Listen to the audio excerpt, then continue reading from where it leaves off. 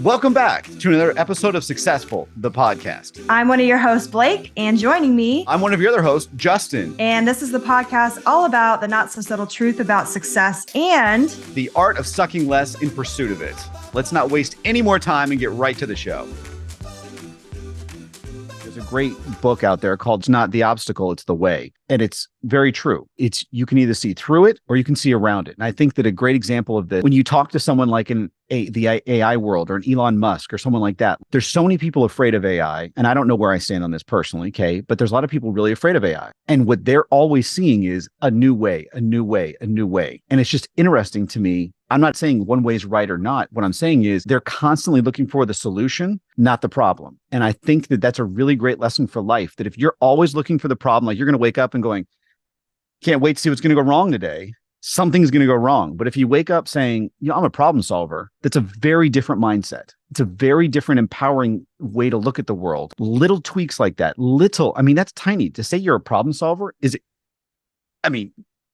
huge to say, but it's a tiny thing in the scheme of things. It gives you a different mindset, gives you a different way to approach things, and you become a different person with just a few words. Your turn. Tag, you're it. We're wrestling now. I agree. Okay, so I have 3 points and I'll try to remember all of them. I have like my little notes here. Okay. So the first one is, as we're talking, I'm kind of realizing I think that the majority of suffering comes from resistance. Yes. And what's interesting about that, though, is that when you have something that you know is going to take you to the next level, you often automatically feel a little resistant to it, which is ironic because resistance can be sort of that trigger to tell you like, hey, this is the right thing, or it can be the trigger to tell you this is absolutely the wrong thing, like no. And I think that gets into paying attention to what your gut is telling you and your intuition. And I think the problem that we often have with paying attention to that is the complexity of it. When it comes to emotions, we often want everything to be black or white. We want to be angry at somebody, or we want to be, this, that, whatever. But usually the emotion's more complex. Like you can leave somebody and know that that person was no good for you. You're better off with them completely out of your life and still feel grief towards losing that relationship, or even feel shame for letting that person go, or guilt for whatever reason about letting that relationship go. Usually it's not so black and white. And what I've come to realize through working with some of my other clients is that oftentimes the problem is we always think that the next leveling up, we're going to see the line. And it's like, okay, we just step over the line and then we know everything's leveled up. Everything's to the next level. There we go. Usually that's not really how it happens. It's a lot more subtle than that. Often when you step over the line, so to speak, and you level up, half the time you don't even necessarily recognize that you've leveled up until way after the fact. Way after.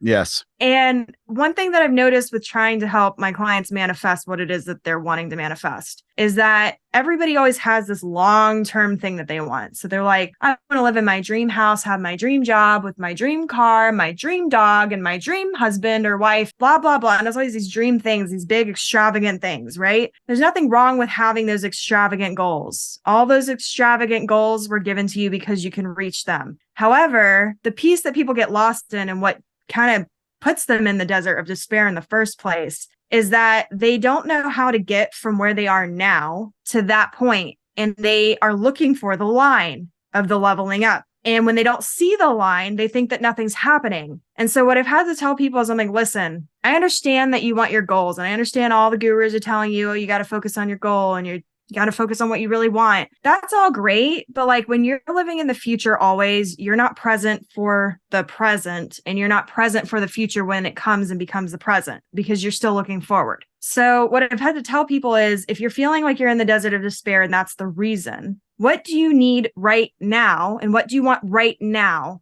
that may not be exactly what you want long term, but will get you there? So for example, I had a client who was like, I don't know, I want to level up my business, but like, I don't know what to do and I can't get to the next level. I don't know how to manifest that. And I said, well, what's holding you back here? Well, I don't have enough time. And I said, well, did you hire anybody to help you?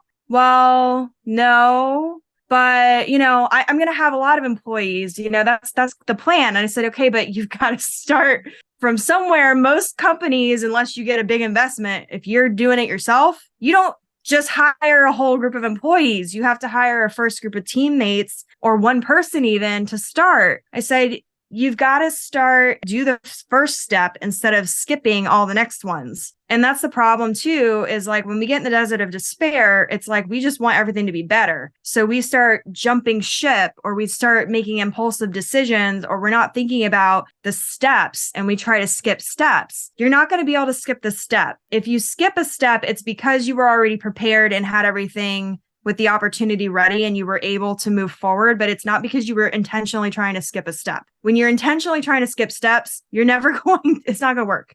It never works. I think it's mainly trying to figure out, okay, what's the smaller piece here that I can do first to get to the next level? And that's the main problem. And then let's see here. I can't read my own handwriting. Don't you love that? Oh, I think that was all 3 points, actually.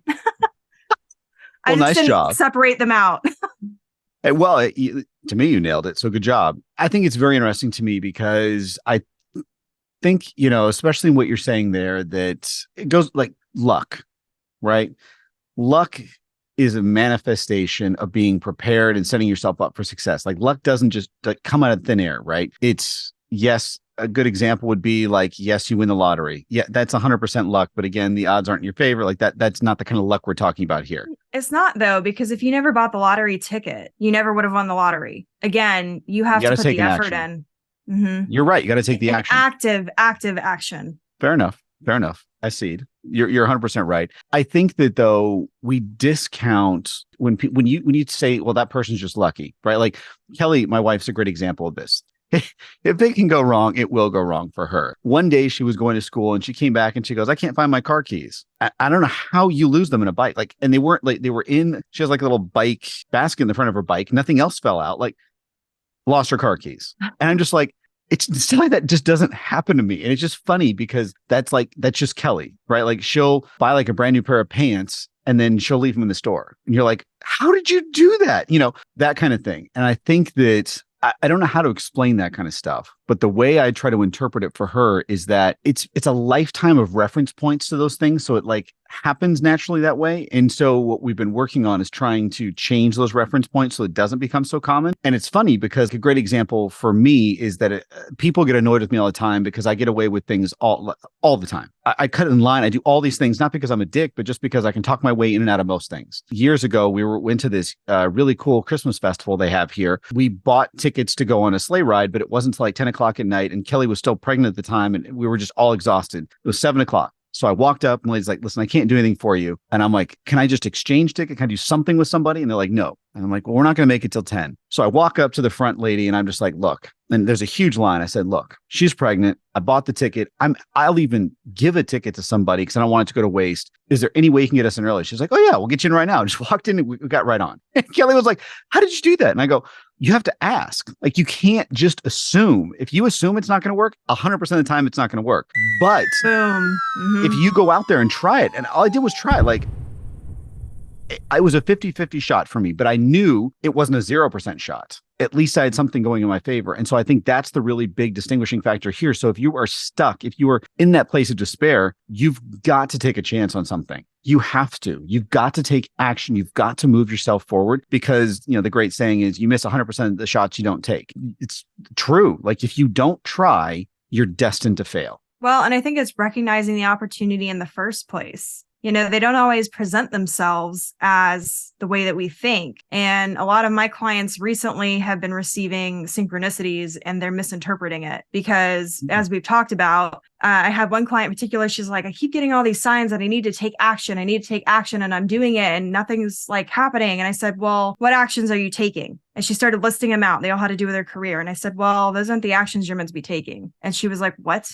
What do you mean? And I said, you have to do the spiritual work first. And she had this huge, like, mind blown moment where she was like, oh my God, you're right. And it's like, that's part of it too, is sometimes we get so hyper fixated on one thing, especially if we're in the desert of despair. I mean, that is like the big place of hyper fixation. You are hyper fixating on everything, or at least I do. I'm like this. Yeah. It's a snowball of suck. Yes. Yeah, it is. But if you can get yourself away from that and try to change your perspective a little bit, you'll start to find there's opportunities there that were there all along, that were right under your nose, that you just didn't recognize. And it's the same as, like, I've had some clients, it's the same thing with the seeing the signs. Oh, I need to be taking these opportunities, but there's nothing coming. And I said, well, are there any ideas that you've had that you've been sleeping on? Oh, and I literally see the gears turning and I see the recognition happening there. And I'm like, so it's easy to get up in your head, and it's easy to get hyper fixated and think that one thing is like, this is the answer. And then you miss everything else. And you've got to sort of, as Justin likes to say, open your aperture so that you can see the different things that are already there around you. Because usually when you feel stuck, it's more of a feeling than actually being stuck. There's usually more solutions if you're looking for the solution, not the problem. Yeah, beautifully stated. And I would say that, there were several knowledge bombs there. So again, this episode is blowing up, and I know we're already into our second episode already. So at least if we're not on to our third, I think that this is what you brought up here is critical to, I think, people understanding and the distinction of the fact that inaction leads to despair. Wallowing leads to despair, and the snowball of suck leads to despair. So if you know the path to suck, you've got your path out. And I think we forget that when I'm going through these moments, as you mentioned before, it's so easy to get in that snowball of, you're just like, oh my God, the world is falling down and this leads to that. And I've got cancer and I'm dead. You're like, what? All that didn't happen was you weren't able to get a ticket to the movie, like whatever, something stupid, and at the end of the day, all those things though, if you do the opposite, there's a reaction to that as well. And so if you decide not to stew and you do something else, it's a different reaction. And so it's not only asking different questions and getting better results or, deeper questions. It is also taking different action that you sometimes feel like you're stuck in. So like when I feel despair or like I'm totally down, it's usually also that I'm tired. My brain, especially when I'm exhausted. So sometimes when I just acknowledge that, because I'll be, God, why am I in and I'll be like, oh, I'm tired. But it takes me forever to figure out that I'm tired. And I'm like, I've been in my body a long time. I should know when I'm tired. Like, why is this taking me so long? Yeah. I feel like you want to say something. Go ahead. Well, I was going to say your body gives you those little cues, especially when you're reaching close to burnout. Mm-hmm. But people like you and me who are always go, go, go, we don't stop to acknowledge. We're like, it'll go away. More coffee. That's the solution. It's just a yellow light. It's not red. Yes. Yeah.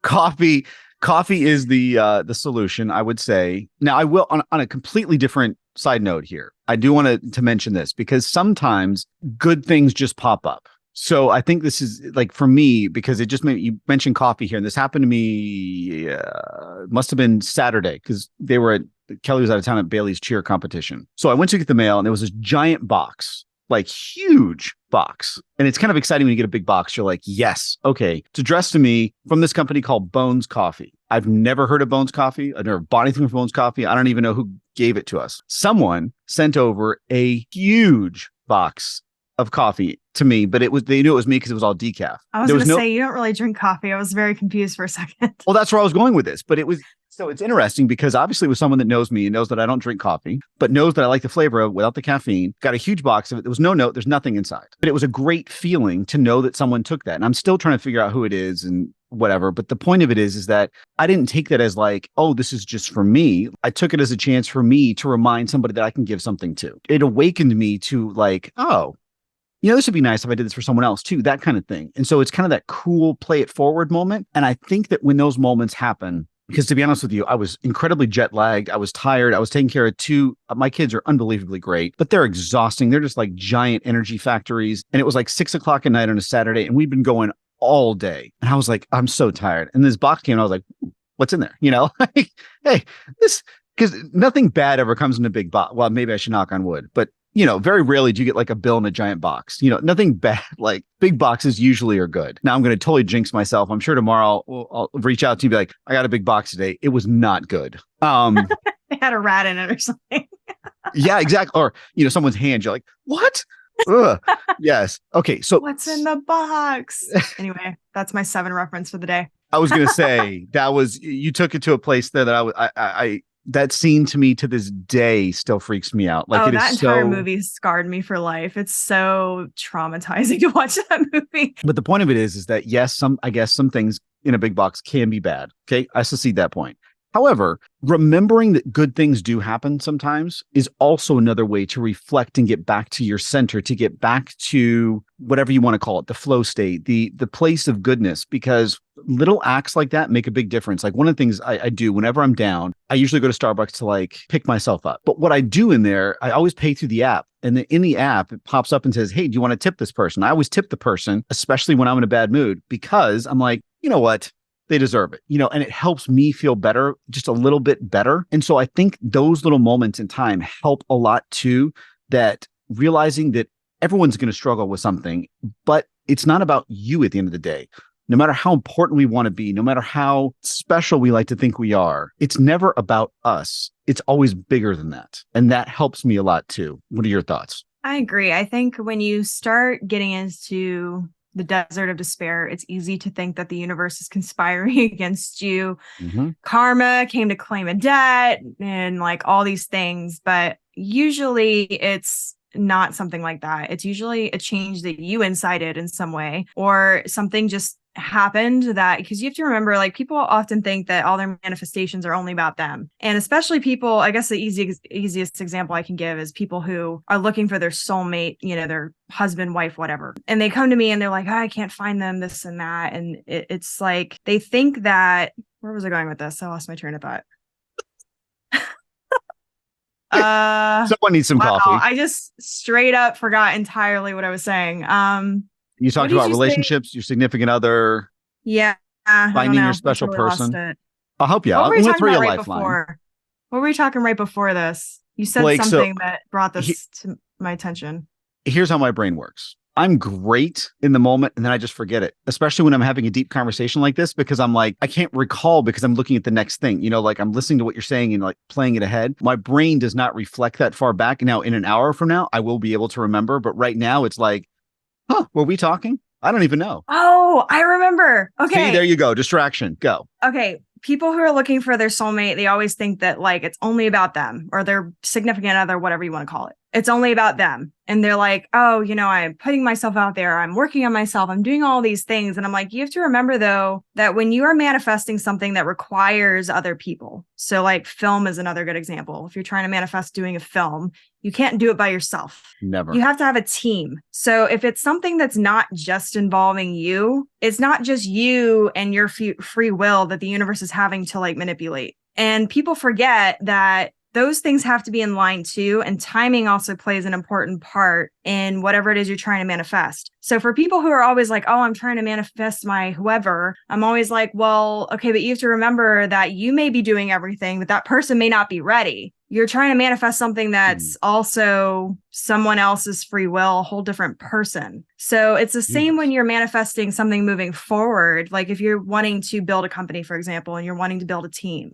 you're looking to manifest not only your stuff, you're asking for the universe to also manipulate the right people into your life. Sometimes when you're asking for something like, it's going to take more time, not because you're doing anything wrong, but because the universe has to align those other people and things and the cogs and the wheels for everything to work out the way it's supposed to work out. And that requires some patience. And I think, especially for people like you and me, Justin, I think we struggle a lot with the patience part.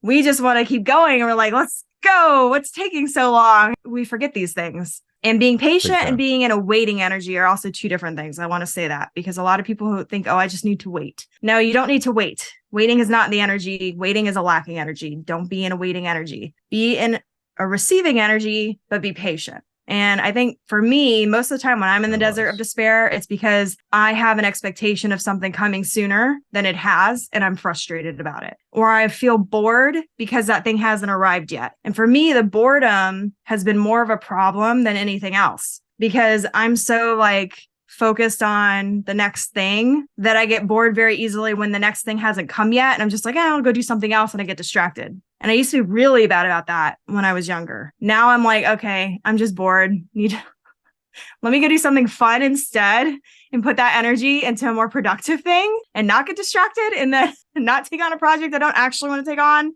because I'm bored and do this. And so I think that's part of it too, is recognizing those little things about yourself and being able to adjust it. And one thing I'll tell you, this is like a story that happened actually probably like 3 weeks ago. So I was at somebody's house. This is like a gated community. They have mailboxes that are like the big box where it's like everybody on the street has the mailbox in the same place. Yeah, the metal ones. Yeah, the big metal one. We parked the car and the car was nowhere close to the mailbox. Didn't think anything of it. Went inside. I came out to the car to get something and the mail lady was out there and she goes, "Is this your fucking car?" And I was like, "Oh, hello." And I said, "Well, actually, that's not my car. That one's my mom's car. My car's over there. But why are you asking this question?" Because it wasn't even in front of the mailbox. She starts screaming at me. "I can't back up the car. I'll lose my job because, the post office doesn't allow us to back up because it's a safety hazard. And I'm not going to lose my job and not be able to provide for my kids because of your fucking car." And literally screaming at me in the middle of the road. And I was like, she hit me so aggressively that my immediate reaction was, this needs to shut down or things are going to get out of hand, because I was about to lose it. Yeah. Like I went from 0 to 100 right then and there. And I was like, "Oh, this is bad." And I said, "Listen, I hear you." I said, what needs to happen here?" And she's like, "Well, just don't park in front of the mailbox." And I said, "Well, number one, we don't live here. We can't just park anywhere." And she's like, "Well, park in the driveway." So we can't park in the driveway. And so I said, "Where can the car be parked where it's not going to get towed and all these things?" And so she finally calmed down a little bit. She answered the question. And then she's like, "I'm sorry if I feel frustrated. It's just been a bad day." And I said, "I get it." And then she starts up again. And I was like, "Oh my God, I'm going to lose it. I'm going to lose it on this lady. I'm going to start screaming in the middle of things. She's going to see my hot Lana come out. It's going to happen." And nice. Thankfully, though, the neighbor was like across the street, was like staring at us. And I think she got weirded out by the fact that he was staring. So she went on her tangent. She turned around and she left. And she said, and then for some reason, she's like, I said, "Well, I'm sorry. We're not from this neighborhood." She goes, "Well, I'm not from here either. I'm from California." And I said, "Well, that's funny because, I just came back from California not that long ago myself." And I don't know why I said that. And then she started laughing and then I started laughing and then she left. And it was very weird. But the rest of the day, I was just stewing on this. Like I could not let it go. I was so pissed all day about it. Pissed. Even though we had laughed like at the end, I was like so mad. Finally, I was like, why can I not let this go? And I realized it's because for me, I'm used to solving these big complex problems. So when I'm put in a situation like that, usually it's not that thing and then it's over. It's like, I have to solve this, and this, or whatever. So my brain is already in default mode of like, this is not over, even though it's over. And I have to like sit here and I have to think it all through and I have to break it down and I have to solve the problem. And I realize that I do that in littler conflicts sometimes because of that default setting. And I was like, this is why I can't let it go. This is why I'm hyperfixating. So I had to shift my entire energy after that. But the point I'm making is paying attention to those things about yourself, because I could have very easily fallen into that desert of despair energy and let it stay there, because I was just like, when I tell you I was pissed, like, oh my gosh, people don't see me that mad very often. I was going to lose it on this lady. I swear I was just going to scream at her. And I don't scream at people. I mean, for me to raise my voice at you have to like really get me mad. You have to people earn don't it. see me. Yeah, you have to earn it. People don't see me mad like that very often. I was going to lose it. And I was like, I don't like that side of myself because I can get real nasty. Verbal warfare. I'll like break everything apart just by like telling you things that you don't want to hear about yourself. Not nice. I know this about myself. We share that gift. Gift or a curse, I don't know. It depends on the moment. That's the way I look at it. I think what you said is very important here, because I think as we kind of wrap up, I think the point here is really, it's kind of profound. And I think this is a cool one to kind of focus on as we end this piece of it, because the other day I was sitting in this spa. This is going to sound very whatever, like, and I'm like trying to zone out, whatever. I'm feeling great. And all of a sudden Kelly comes out, your brother's on the phone. And I'm like, my brother and I we used to talk all the time. We haven't talked for probably 2-3 months. And he knows I've already got a complicated relationship with most of my family members. And then he comes out and says, "Do you remember how Dad was a sperm donor?" And I'm like, I hate where this is going already.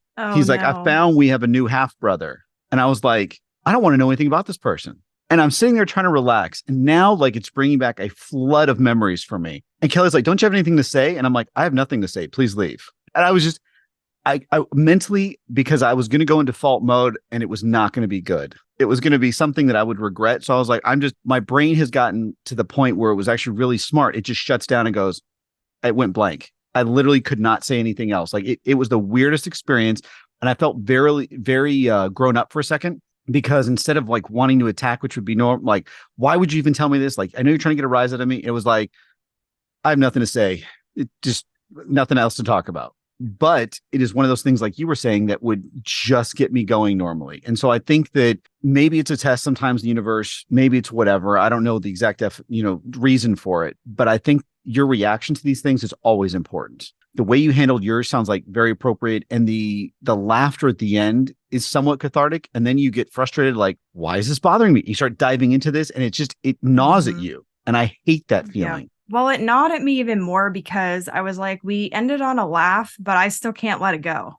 Like, I still couldn't let it go. I was still pissed. I could not let it go. And the thing is like, for me, the thing that gets me the most is being mad, because it takes me so long to get there. Or like, it usually takes a lot to get there. And she got me there like, boom. And I was like, oh, I'm gonna kill this bitch. Like, I was like, okay. We're not going to react by screaming.